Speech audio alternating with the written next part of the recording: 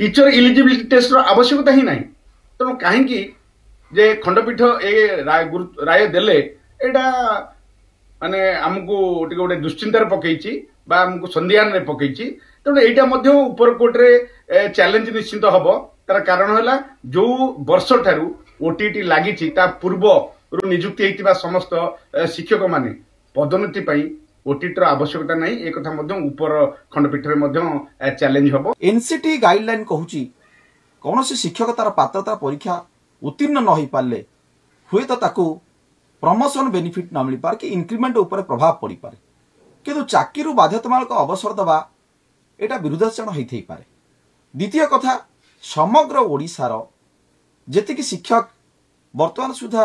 प्राथमिक शिक्षा व्यवस्था अच्छा चाकरी पाई 29/7/2011 परवर्ती अवस्था समस्ते टीचर एलिजिबिलिटी टेस्ट दे चाकरी को आसता पूर्वर कौन व्यवस्था नथिला जे शिक्षकता करने ताकू सीटी बा बीड करिया पड़ुथिला एवं तार मिनिमम क्वालिफिकेशन थिला। गोटे शिक्षक तार जीवन सारा शिक्षादान करने समय ताकू बारंबार यही भली जो प्रतिघात दिया जाउची यह को आमे निश्चित भाव में ऑर्डर को तर्जमा करिवु एवं विचार करा जिवो।